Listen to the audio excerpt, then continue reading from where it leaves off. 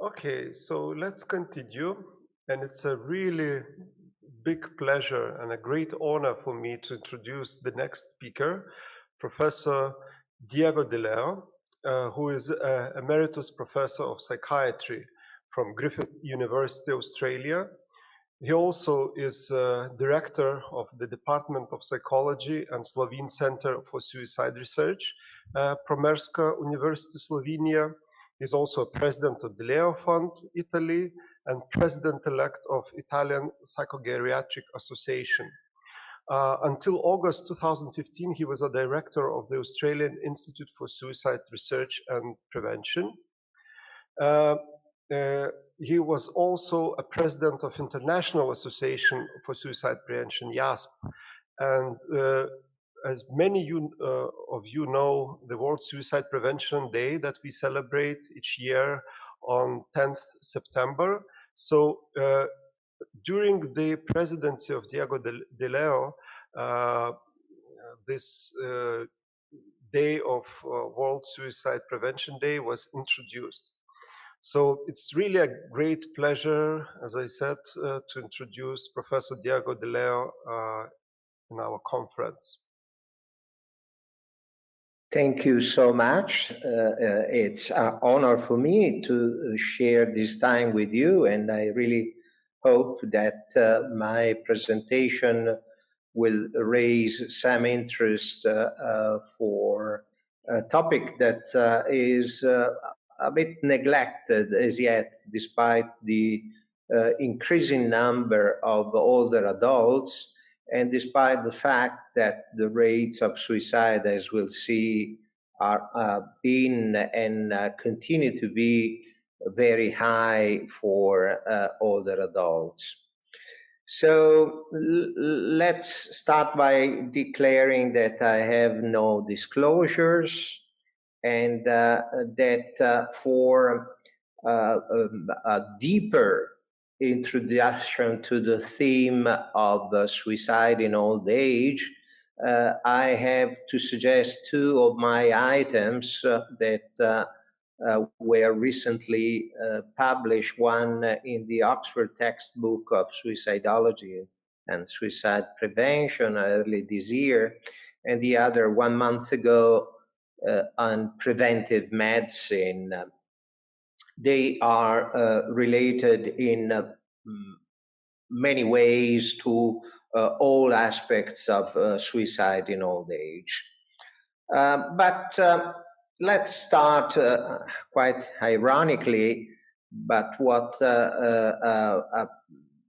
Spanish poetry wrote a few years ago, that 60 we can commit suicide. They say that 70 it's advisable and 80 obligatory. So it meant that life can be very, very difficult. New issues, new problems face normally the life of an individual, and individuals must be supported and resilient to resist to a number of problems that may really limit the individual autonomy, make him or her dependent, and also widespread ageism is not putting under the light which is proper people at the late life, and so creates even more difficulties in terms of assistance.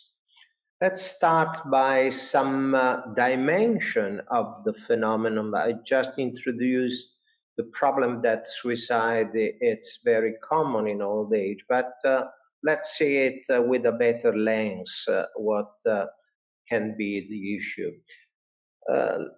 We probably all now be aware that suicide has been declining in rates, and This is very welcome news. Also figures, absolute figures of suicide have been decreasing. Now we are just a bit over 700,000. But not long ago, we were quoting suicide as close to 1 million deaths. And a few years ago, we were well above 800,000. So to see these figures today, it's a bit reassuring. Nevertheless, suicide remains one of the leading causes of death, and this happens worldwide, provoking more deaths than malaria, HIV, AIDS, breast cancer, war, homicides.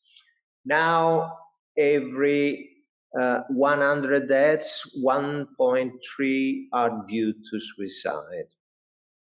Of course, many people are fighting this phenomenon, and the United Nations have posed an ambitious target by 2030, which is a further reduction of 1/3 of figures of suicide.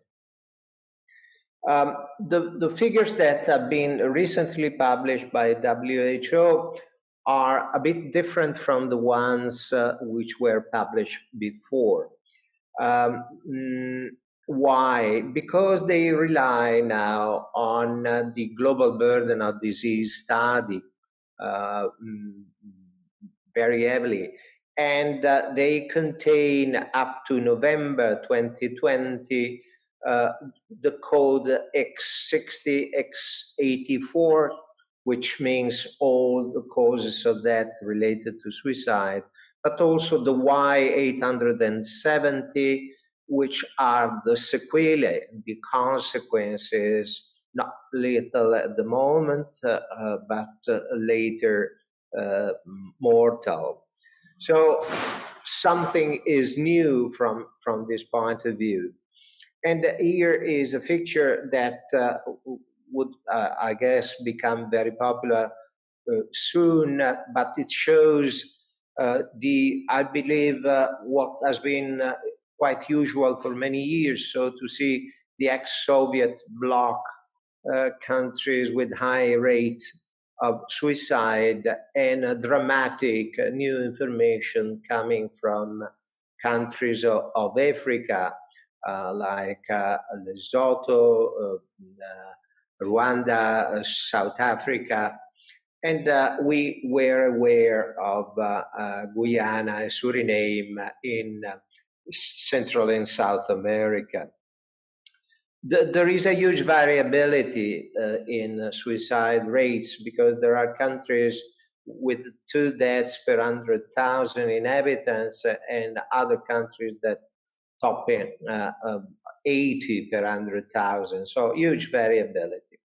But as I said, we are witnessing good news from the efforts that are happening at the world level, efforts in terms of more spread income, improved assistance, and improved quality of life of people. The topping line, the green one, is the line of suicide that in Europe are consistently declining over the past, in this graph, 16 years. If we look at instead to the last WHO report, we see that the country having the rate of males, a standardized rate at the highest level, are now in Africa, followed by Europe. Subdividing the world in WHO regions, we can see from this slide that while all lines are declining, there is a vivid red line that is not declining. On the contrary, it has been at the increase for a long time. And this is the line that pertains to the Americas. So in that continent, in that part, in that WHO region, something is happening in a quite different way from the rest of the world. And globally, we have seen a very encouraging decline of the order of 36% in 20 years. And the European region declined by 47%, and a bit better made the Western Pacific region, which traditionally is the one that in the past had the highest rate of suicide, 17% in the Eastern Mediterranean region. This is something that can be called as politically incorrect, but someone has to know it. The data refers to 2017, and the country that is hosting this presentation today was ranked as third with a global rate of 28 per 100,000. We can see on the right side of the screen quite a number of Muslim countries with very low rates compared to the others. Again, back to Lithuania. Unfortunately, Lithuania is still very high for males, is the highest in this graph, left side. And this is not true for youngsters, but female Lithuanians are more comparatively more resilient, and so there are other group of women, female subjects in other countries, for example, Suriname, South Korea, Japan, and even Belgium, that register worse rates than women in Lithuania. The topic of today is concentrated on old age people. Overall, they have the tiniest slice of numbers in suicide. Certainly, they are less than 100,000 in total, but the rates are a different story. So, proportion to the group in the general population. And just to pinpoint that their rates are the highest, WHO is now addressing old age using the global burden of disease threshold, which is 70 plus years and not 65.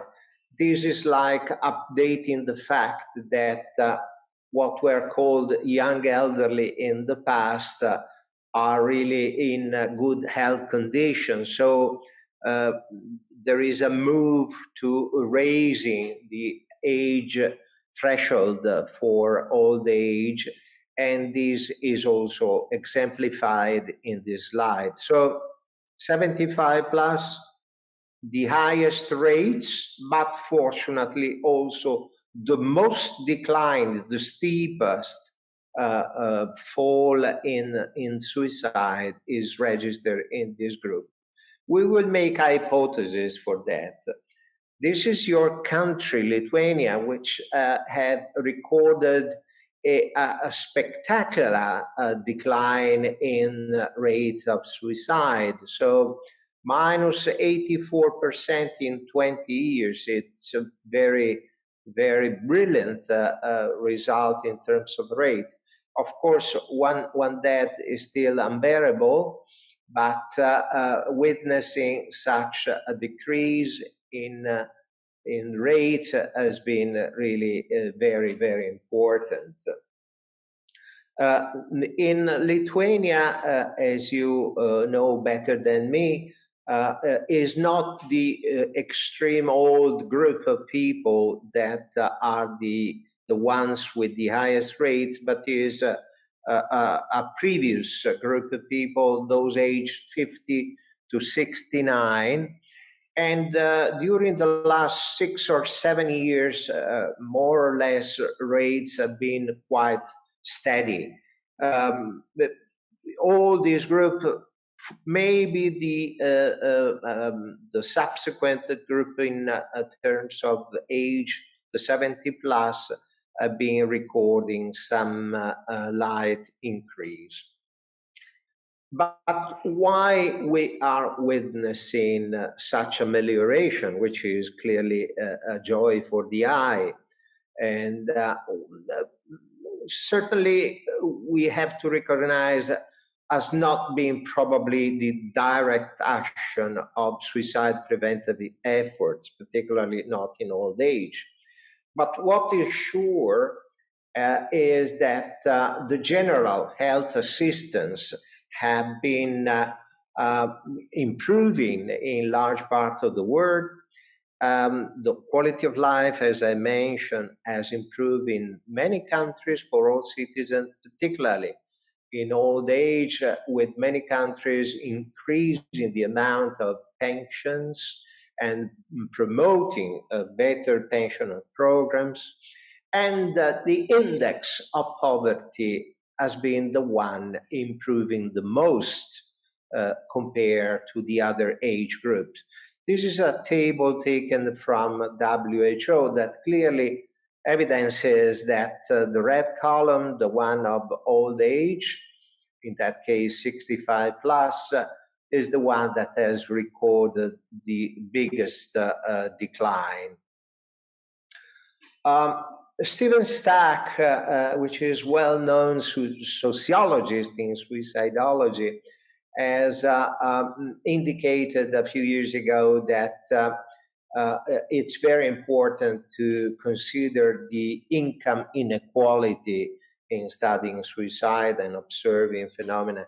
He said that the higher the level of this income inequality, the higher also the probability of death by suicide. And he, clearly, being an American, he took as an example the Gini index, which measure exactly the income inequality. A Gini index of 0 is no inequality. 1 is the maximum inequality. But as you can see from this table, that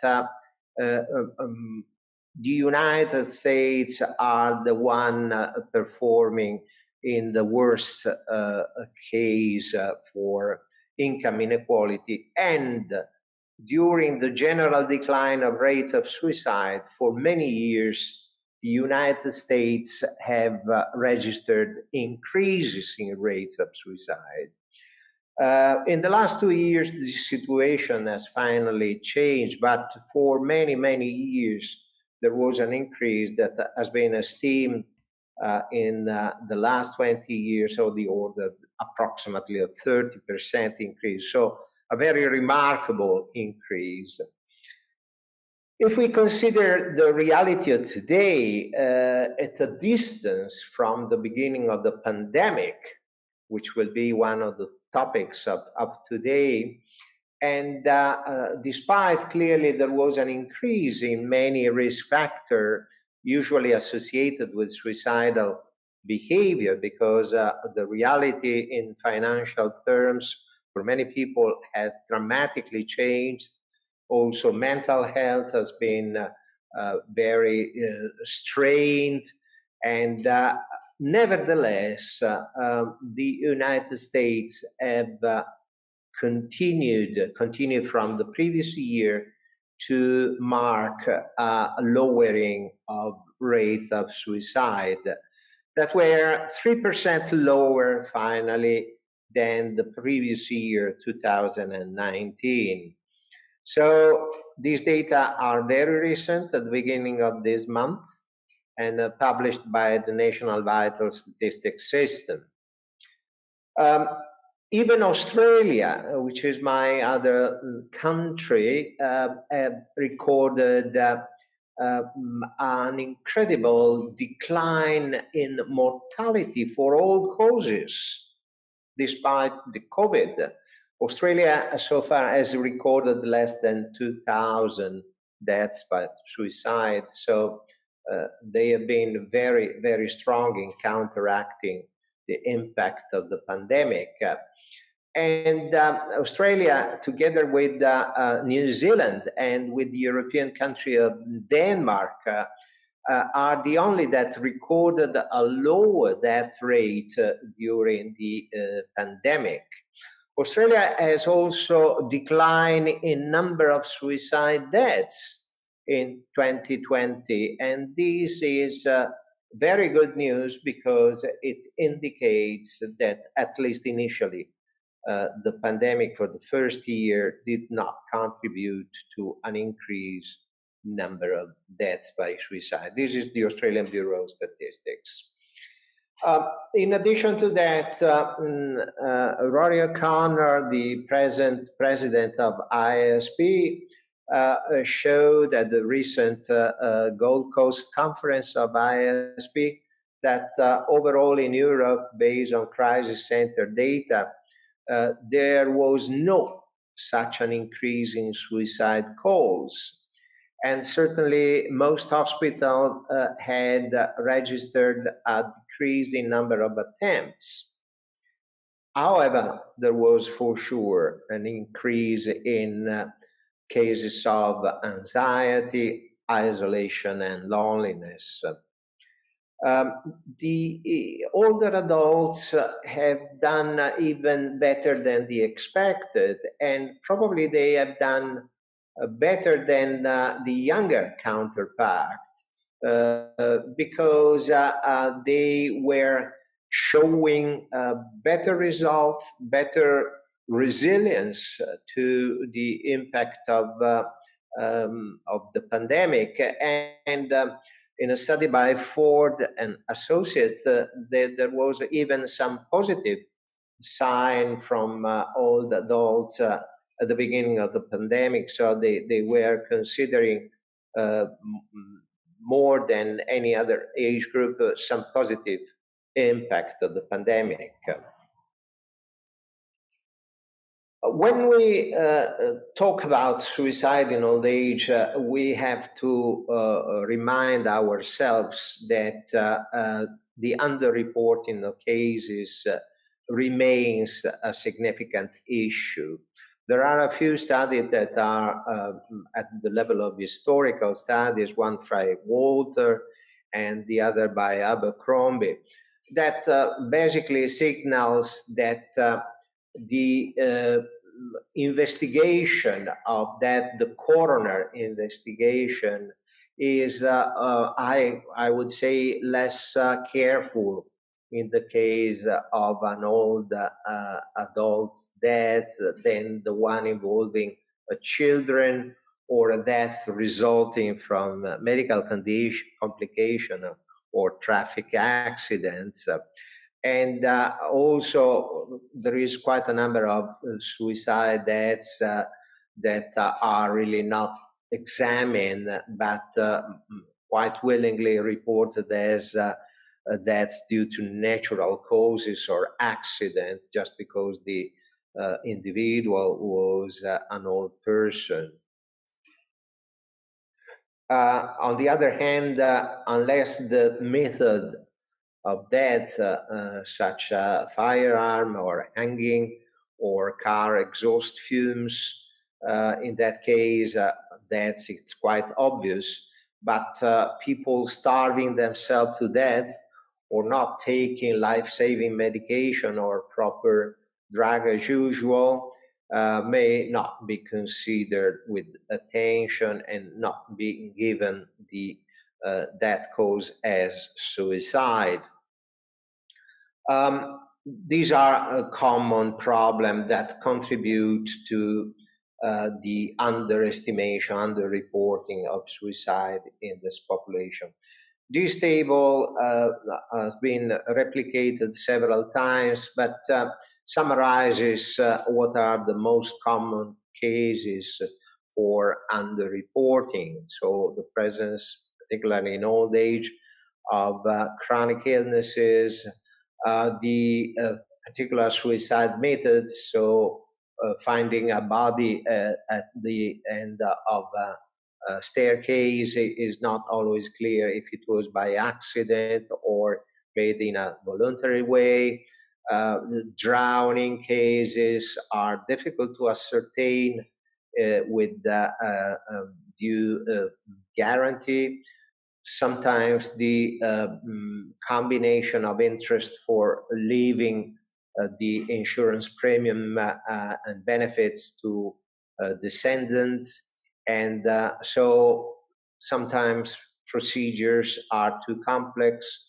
The body, the corpse, is too remote to properly investigate, and in some country, particularly Australia, is very common the phenomenon of missing persons.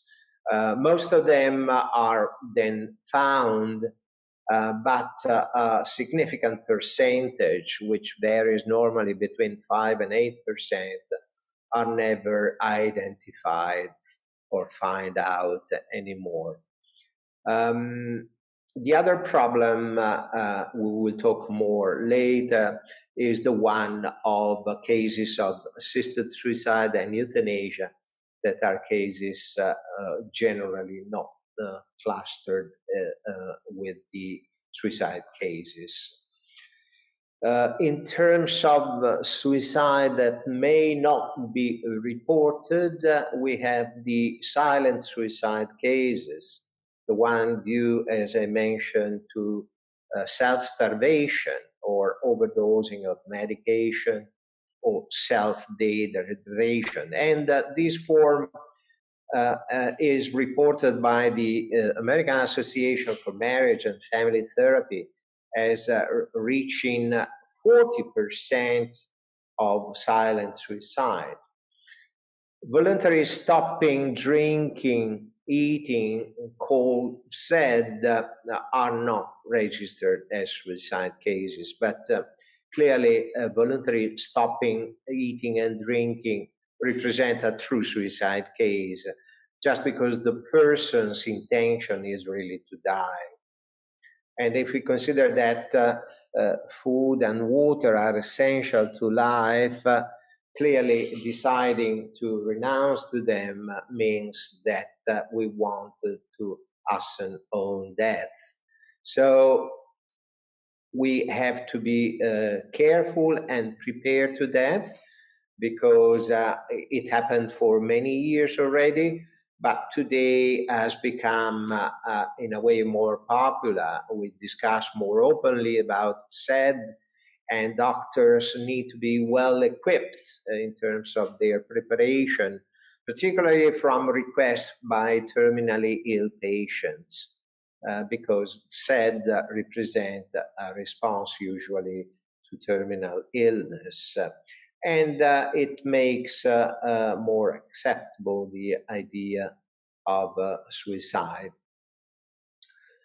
As I said before, despite the declining rates, it remains the highest, and we need to be aware that the number of older adults is increasing, certainly not decreasing.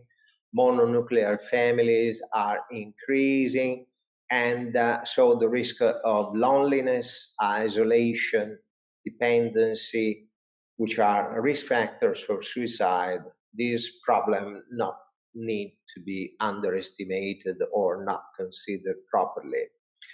And clearly, we don't know what will happen at medium or long term with COVID. We will see it a bit more in detail later. But this is a graph showing all regions of the WHO with rates of older adults. Highest is, again, the Global Burden of Disease Study. This is the article by Nagavi in 2019. A few years ago, we had a global life expectancy at birth of 68 years, from 55, 57 in low-income countries as average to 8 years in high-income countries. But it will increase unless the pandemic would continue to hit, because the average life expectation is declining nearly everywhere in the world. So we are facing an increase in numbers. A WHO projection says that by the year 2050, the number of people aged 60 years will double, and bringing the total percentage from 12 to 22% of the global world population. And since the majority of this population lives in low and middle income country, which concentrate most risk factor for suicide, and also 3/4 of all suicide presently, we need to be particularly aware of this phenomenon and act in a preventative way. We also need to know that suicide, particularly in males, continue to increase even in very advanced age. A few years ago, Shah and colleagues put together a rather rare study assembling data from 17 countries, even for subjects aged more than 100 years. And they demonstrate that suicide in males continue to grow. This is not the same for females, where after the threshold of 95, suicide starts to decline. The other important thing to be known is that the seizures, the arms of the seizure between males and females becomes much wider in the case of centenarians. We can see in this table that the rate per 100,000, it's 8 times higher in males than in females. So at average today, based on WHO data, we have 2.3 in terms of the rate ratio between men and women. In some lower end income country, we have a ratio that it's even below 2, 1.8 exactly. But here we see that with the aging, this difference in rates becomes wider, bigger. And this recounts exactly what I just said. I'm just reminding the case of Italy, where the declining rate of old age was even more marked than what happened in the world. And this was particularly clear in female subject, the right side of this table graph. Anyway, it was particularly marked in the extreme old people. The reasons are unclear, but are the general one that I described before, with the index of poverty that improved. Actually, it improved in the segment 66 to 75 based on OECD data by 9.5 points in that segment. So whilst it had fallen for many other people, so the index of poverty has increased for the majority of the population, but older adults. And this is something that exemplifies this case. We have to also to enter the discussion of risk factors in an updated form. We see today that the most important risk factor also in old age remains the history of previous suicide attempt, one or more. And we need to keep in mind that suicide attempts are not very frequent in old age. Certainly, they closely approach the number of actual suicide in old age. So this renders, paradoxically, more difficult the identification, the prediction of cases.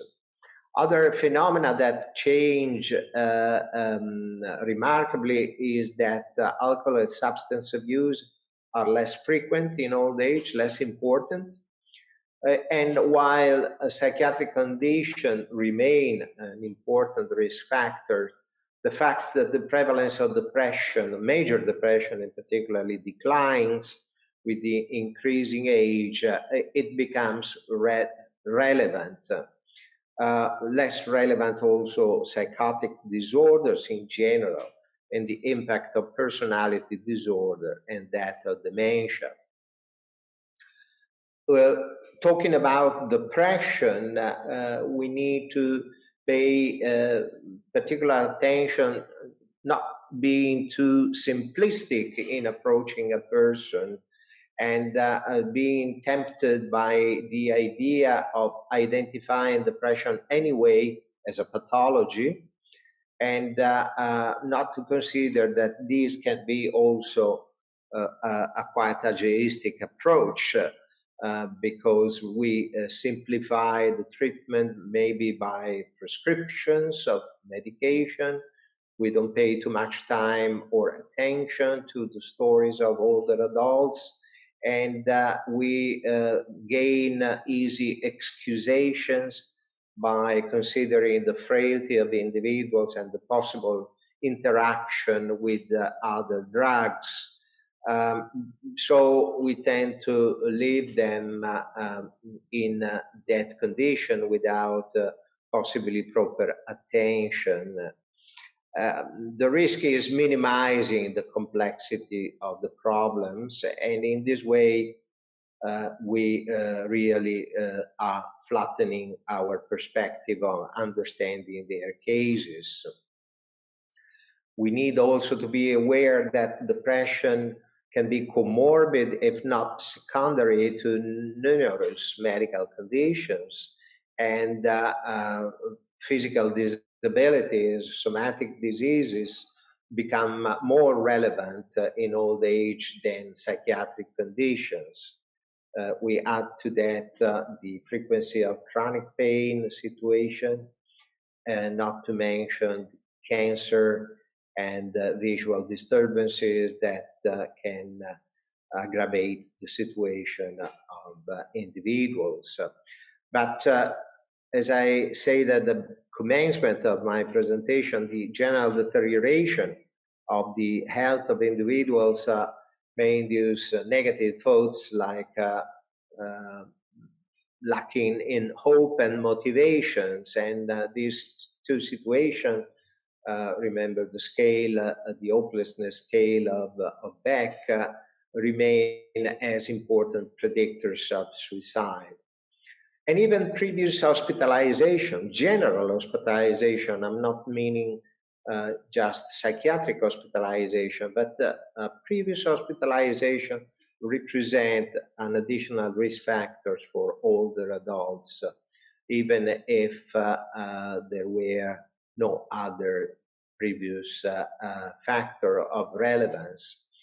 And it's getting clear that loneliness today is a major problem, is a social pandemic, and we are not paying due attention, apart from a couple of countries in the world, followed by others, but UK and Japan have appointed ministers for loneliness. So they have identified loneliness as a major factor.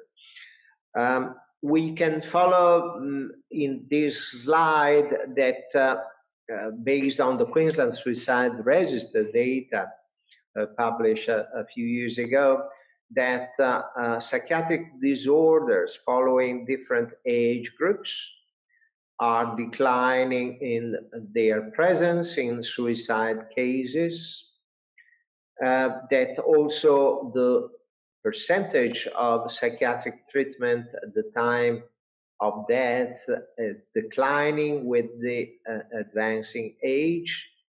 Instead, a physical condition is more present, particularly circulatory system disorder, or sensory disorder, hearing and visual impairment are very important, but also what we call social factors or psychosocial factors, like the loss of a spouse or a significant relationship, or even family conflicts can increase the risk of suicide, especially for men.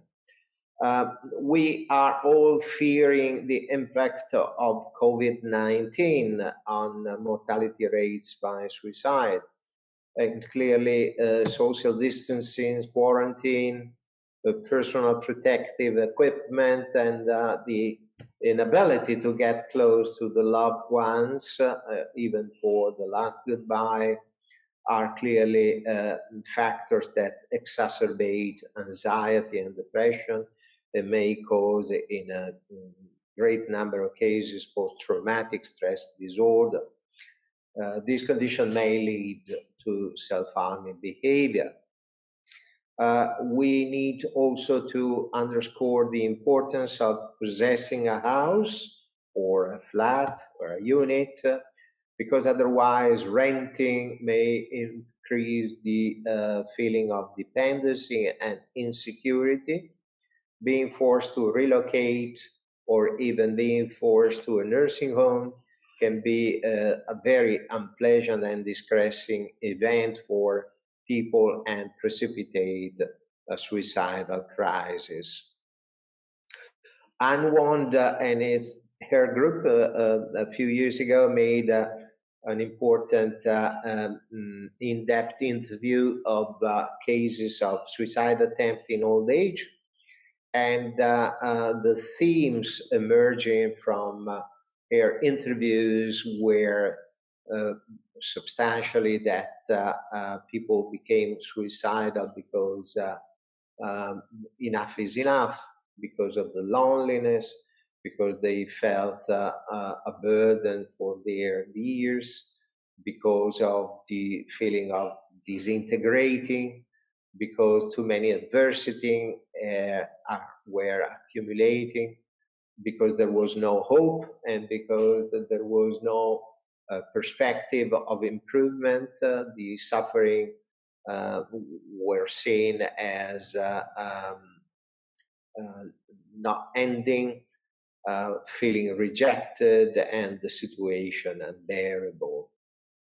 And summing up what could be the main factors, especially in those who are very old, we see that the main characteristic of suicide in late life, especially at the extreme late life, are a very pronounced majority of men, a big rate ratio. The arms of the Caesar are very, very wide in old age, in very old age. The number of fatal and non-fatal suicidal behavior, a suicide attempt, is pretty similar. So there was not that ratio of 20 or 23 to 1 like in the general population, but it narrows to 1, if not 1 to 1. In old age, there is a strong determination to die, a well-planned attempt. We are witnessing a strong increase in the use of plastic bags as a suicide method.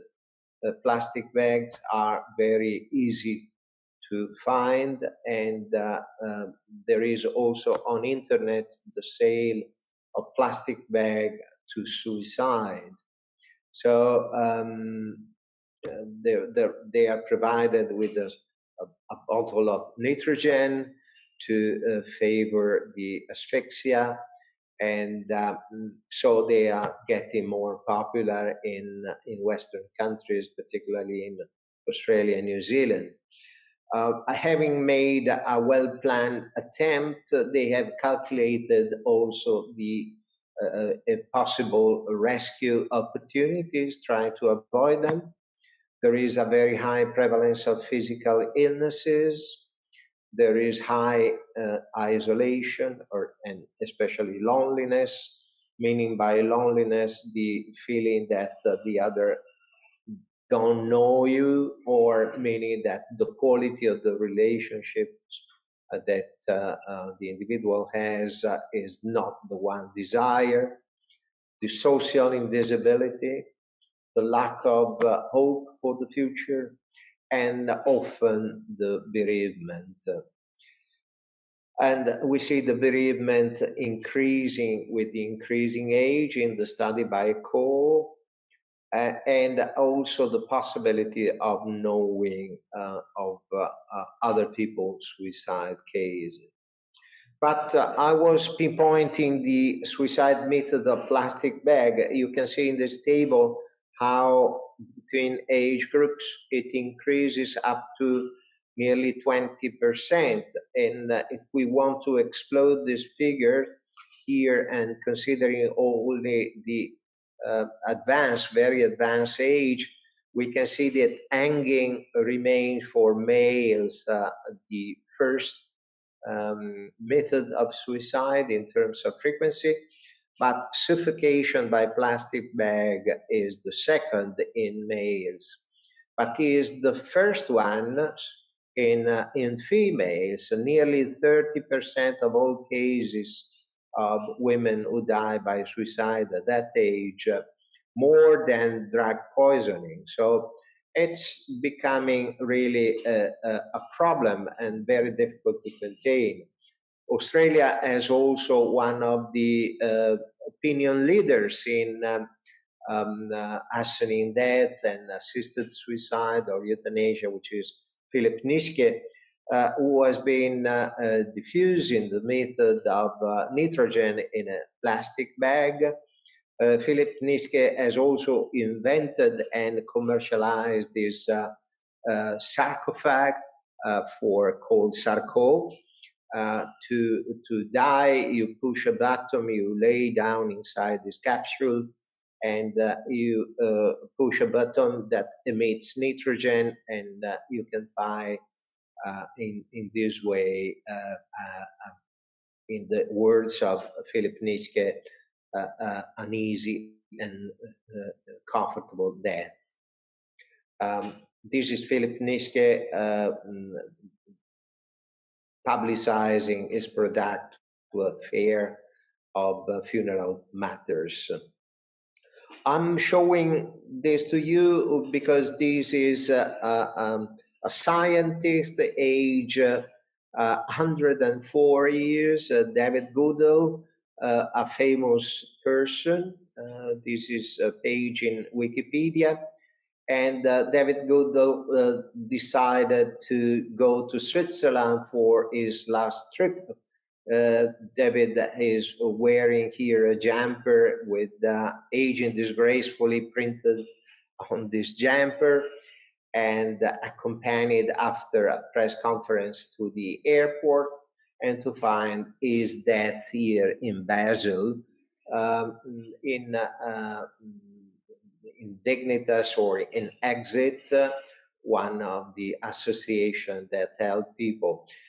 It is important to know this because it is getting popularity, and people are requesting more and more to go to Switzerland. Of course, there are characteristics that have to be possessed to be heard by the people who organize these assisted suicide. For all who are interested, clearly there is material on the internet. Another phenomenon particularly common, even if it's not that frequent, but is not that uncommon either, it's homicide suicide, when people decide to die together. It's especially frequent in old age, and it's usually done or performed in situation in which there is a disabled person or a person that is seriously ill. there are situations in which the perpetrator is usually a male subject, and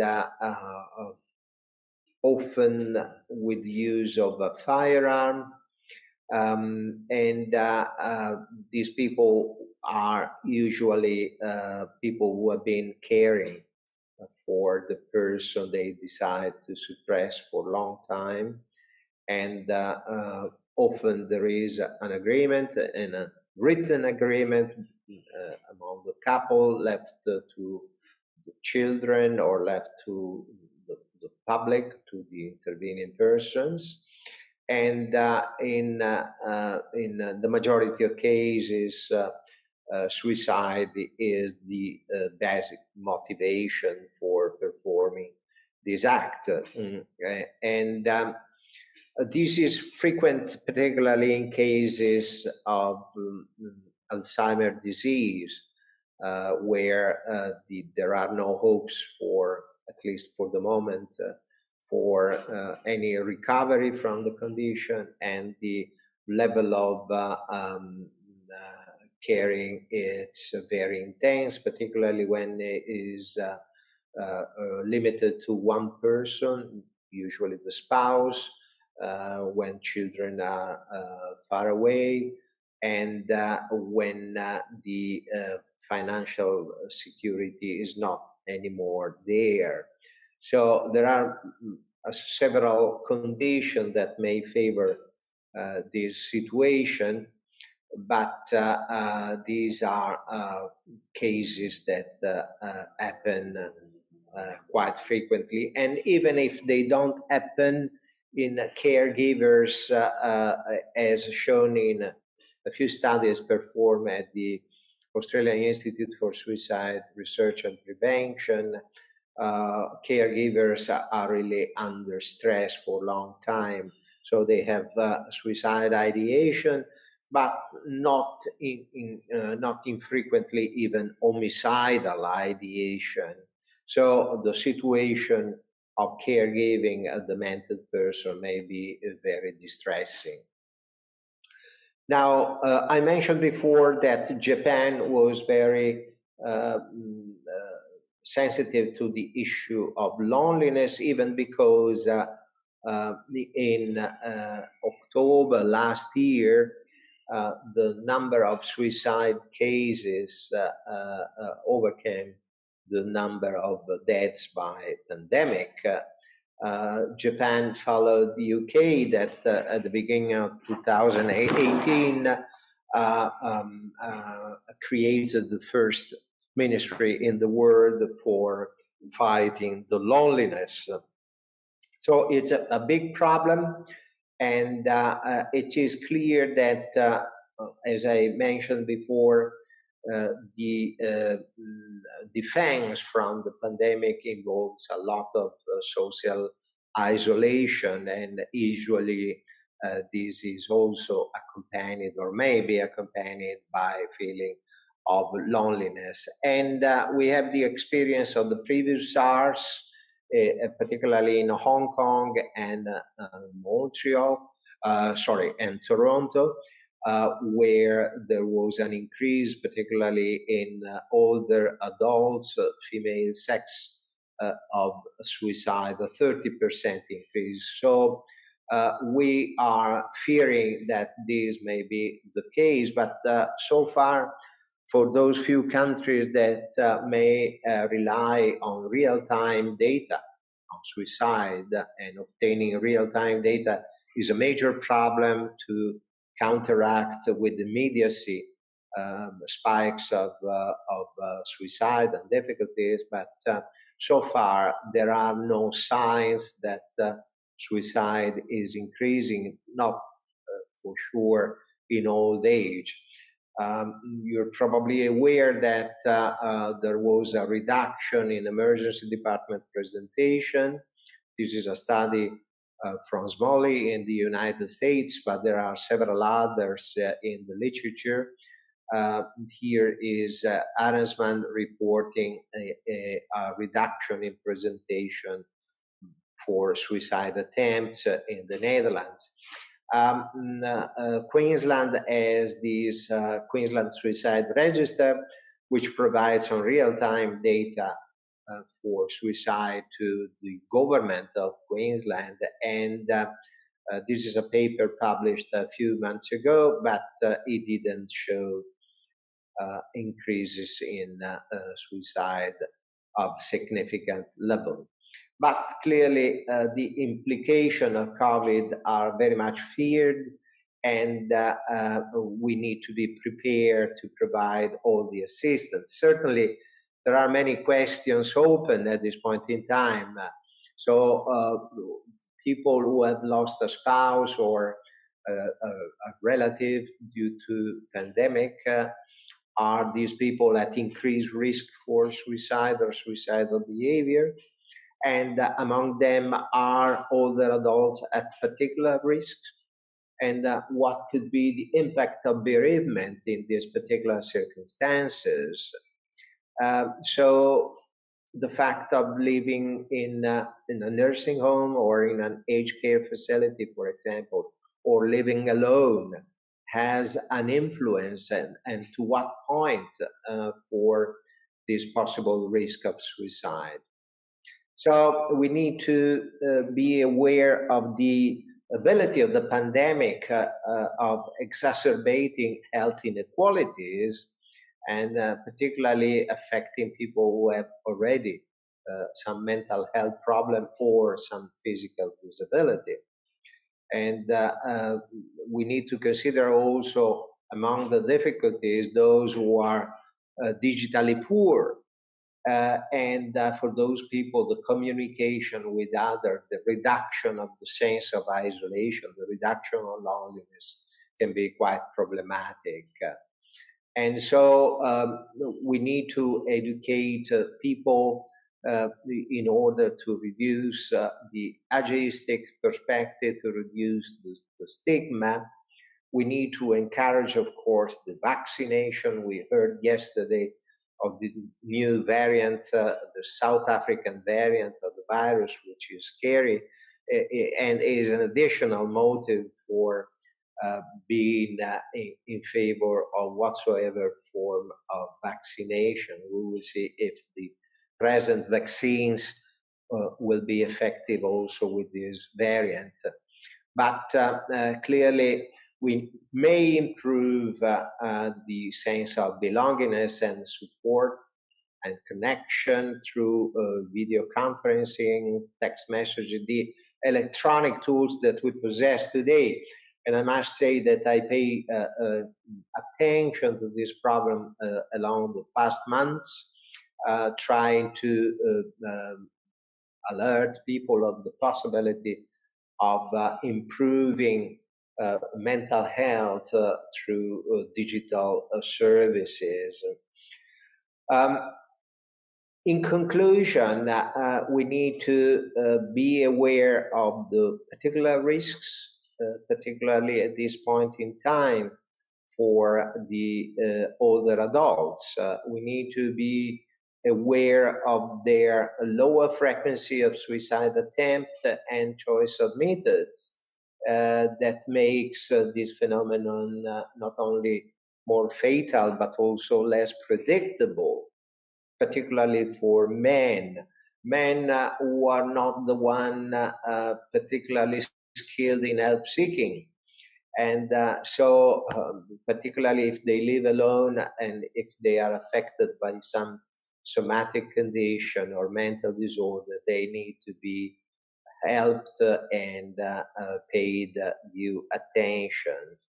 We need to do something in a coordinated manner, including soliciting research on the topic of loneliness, because it's clearly very important and may affect risk of suicide as well. So despite the complexity and the multi-phases of the suicide phenomenon, we need to involve everybody, starting from government, but also lay people, to become more aware of the risk of suicide and the changes in society, which poses many challenges. And the only way we have to counteract these new risk factors and fight adequately with these challenges is to be prepared and to have adequate preparation. We didn't have it at the beginning of the pandemic. We are learning the lessons, and for what concerns suicide, the parallel in being prepared, especially to the growth in terms of demographic of the population, merits certainly deeper preparation and better preventative efforts. I cannot avoid some publicity because for a few years now, since 2015, we have a way of interviewing that is gaining consensus among clinicians and researchers. It's called START, and in a few years is already at the 4th edition. So it delivers a training that it's represented here by this badge, and it's something that may help in our daily practice with a suicidal person. Greetings from Australia and Italy, where I'm at the moment. Thank you very much for your attention. Thank you all. Thank you, Professor Diego, for this very broad description and analysis of suicide in older age. We have some questions, really good questions, but before I'll read the questions from the audience, I want to share my own impression. So listening to you, I got this feeling that how much is important this socio-economic surrounding in which older people live. So if in countries, in those countries where you could have good conditions for older people, economic, social, maybe you will get a better situation with suicide. And if it's, if older people would struggle with economical issues, housing, as you said, digital living, then it could be really a bad situation.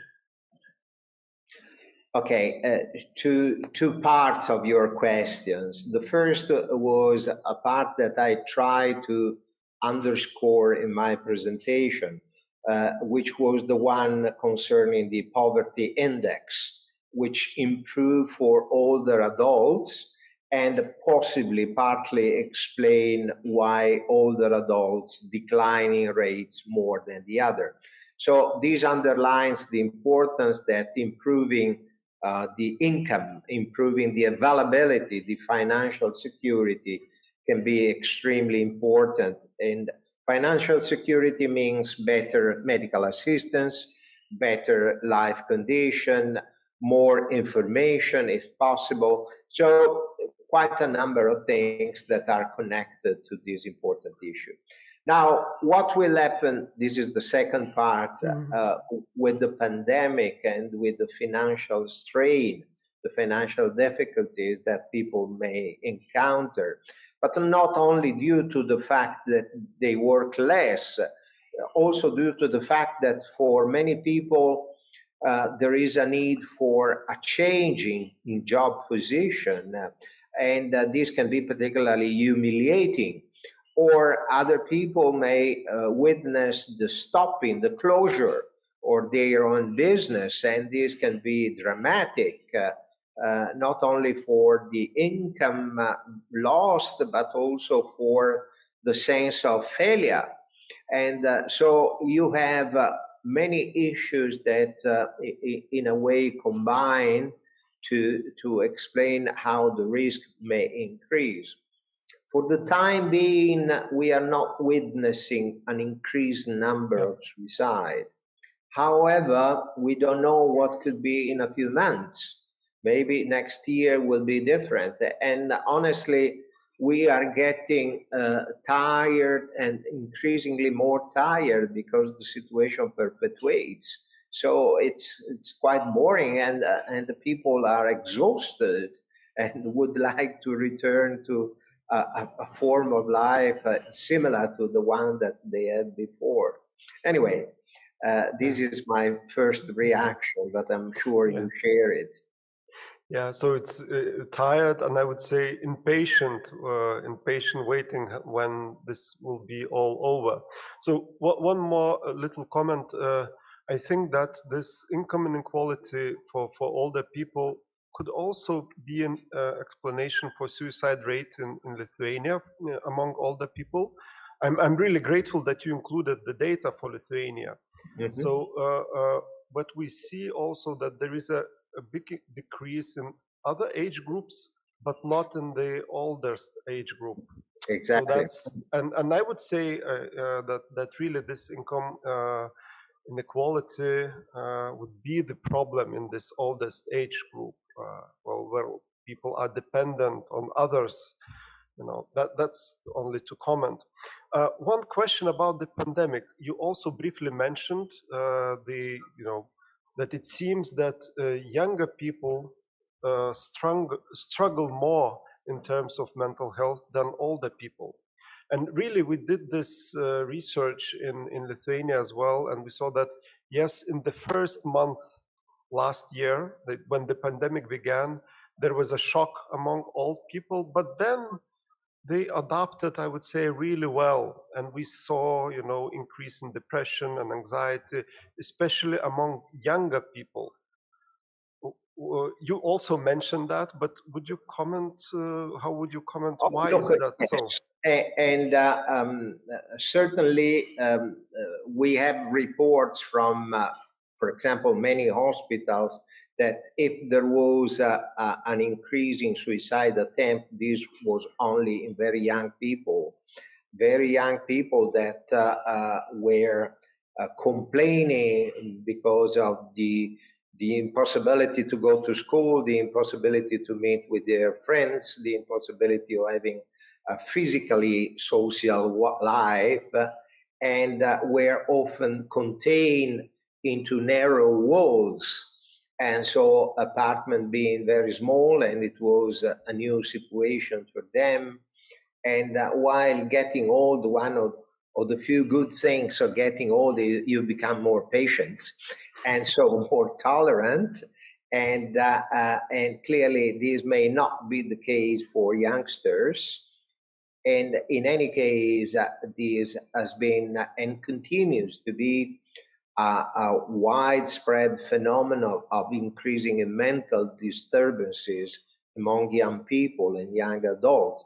And even the people that were doing well under the care of their psychologists or psychiatrists before are showing again sign of distress and again anxiety and depression and suicide ideation. So I concur, I share what you said, and there are big differences among the two groups of people, the extreme of ages. Okay, thank you. So I go now to the questions from the audience. So first of all, we have a lot of comments saying that was a very interesting presentation, and people thanking you for that. And then questions. So thank you for a very interesting presentation. What is the legal status of euthanasia and assisted suicide in Australia, and what is your personal opinion about it? In Australia, we had for a few months euthanasia in the Northern Territory. Then the Parliament denied the continuation of the practice. Now we have the voluntary assisted death, the VAD, which is now approved formally by the Parliament of 5 out of 8 states or territories that made the Federation of Australian States. So 5 states, including Queensland, which was the last to approve it, states that if the condition is terminal, and if it's clear that the subject is understanding what he wants to do, there is the possibility to hastening his death, so in a voluntary way. As you know, there are not many nations around the globe that have legalized euthanasia. Less clear data on assisted suicide, but we have Dignitas and Exit in Switzerland that are attracting many people from around the globe, and particularly Europe. My personal conviction is that if the situation is unbearable, and if the condition is terminal, I'm personally in favor of assisted death. But this is just a personal voice. Obviously, there can be ethical values, religious values, personal convictions, etc., which I respect. But you asked me, and I say that I am quite familiar with the topic of suicide. It has been my entire career, and I believe I may be close to the people who have been suffering unduly for too long time without any hope of improvement, and often the people that judge around the legality of practices are not suffering, are not close to people who are in those conditions, and so they may act ideologically without that human touch that would be needed to consider things in a more human way. Anyway, that's my way of thinking. Apologies if I'm not respecting all the people there. Thank you. And as you said, that was the question about your personal opinion. And I read that actually, as you said, that you studied suicide of older people from the very beginning of your career. Your dissertation, PhD thesis was on suicide among older people. Correct. Yeah. Okay. So some more questions. One is about help for older people in terms of suicide prevention, medical help, social help, emotional support. What are the most effective ways in helping older people? Well, this is a very complex question. We would need a couple of days to answer. Anyway, I believe the enemy that I can see more clearly than before at the horizon is loneliness. The problem of loneliness is growing, and loneliness means many things, means lack of contact, lack of due information, lack of motivation for living, lack of hope for a positive change. So reducing, containing, fighting loneliness is an imperative in my view today.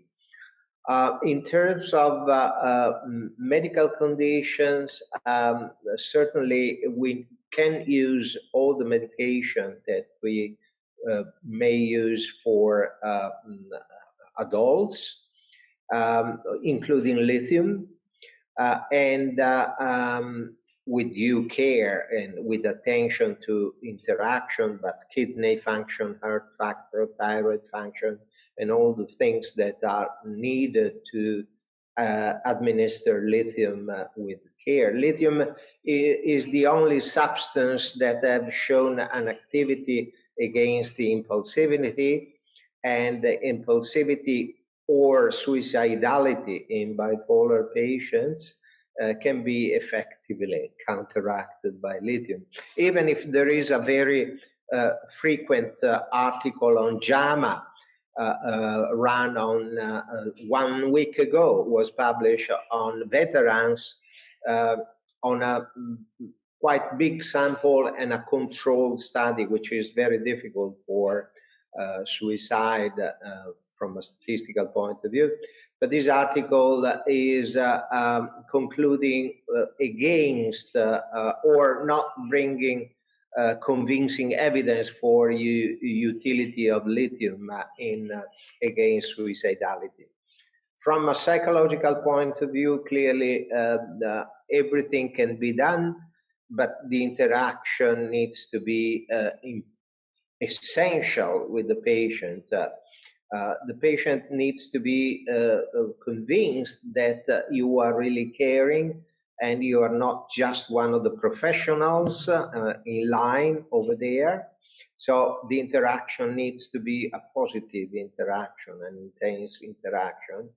And even if you are not the most technically equipped person, it's important that the person feels that you are together working with this person, that this person is at the center of the stage, is not just a number over there where you run a protocol, but is there.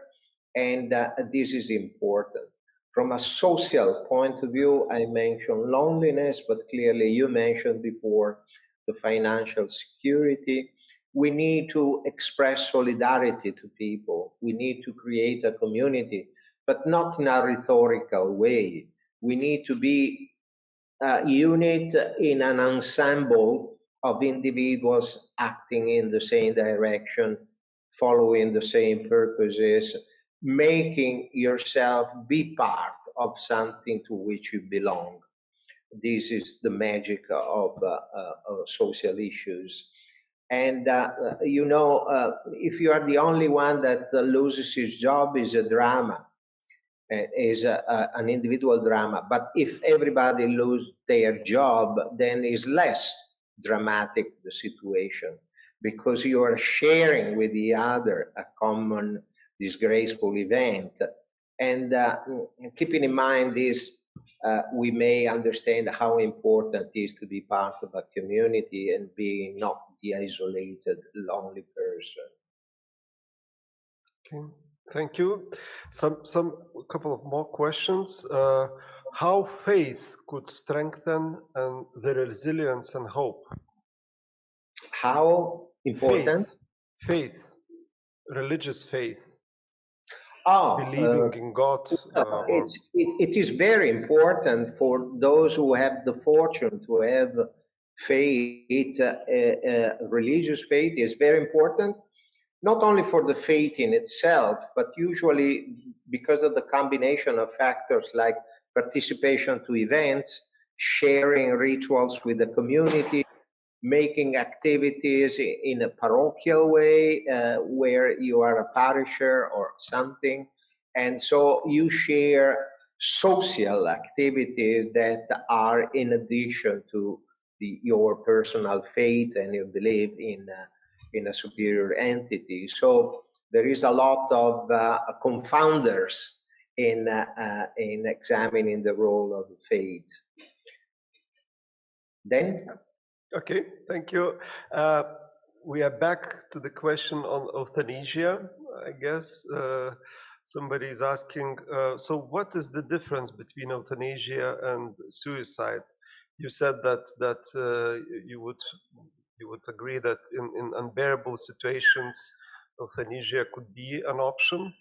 But with suicide, the situation is the same. For some people, it's unbearable.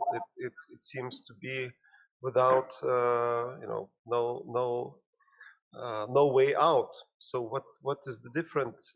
What is different in euthanasia comparing to suicide? Euthanasia is what you cannot do by yourself.